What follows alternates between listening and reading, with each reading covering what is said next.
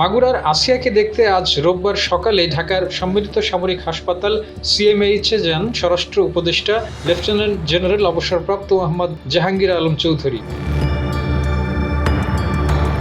স্বরাষ্ট্র মন্ত্রণালয়ের জনসংযোগ কর্মকর্তা ফয়সাল হাসান স্বাক্ষরিত সংবাদ বিজ্ঞপ্তিতে এই তথ্য জানানো হয়। এতে আরও বলা হয়েছে, শিশুটিকে ধর্ষণ ও হত্যা চেষ্টা মামলায় এজাহারভুক্ত 4 আসামিকে পুলিশ গ্রেপ্তার করেছে। উপদেষ্টা জাহাঙ্গীর আলম চৌধুরী বলেন, দোষী ব্যক্তিরা যেন কোনোভাবেই ছাড় না পান এ বিষয়ে স্বরাষ্ট্র মন্ত্রণালয় সোচ্চার রয়েছে। তিনি বলেন, আমি আইনশৃঙ্খলা রক্ষাকারী বাহিনীকে নারী হয়রানি ও ধর্ষণের বিরুদ্ধে কঠোর অবস্থান নেওয়ার নির্দেশ দিয়েছি। এ যাবৎ নারীর প্রতি যত সহিংসতা হয়েছে সেগুলোর তালিকা করে দ্রুত তদন্ত সম্পূর্ণপূর্বক আদালতে প্রতিবেদন দাখিলের নির্দেশনা দিয়েছি। RICL TMX, যুগের পর যুগ স্থাপনা থাকে মজবুত।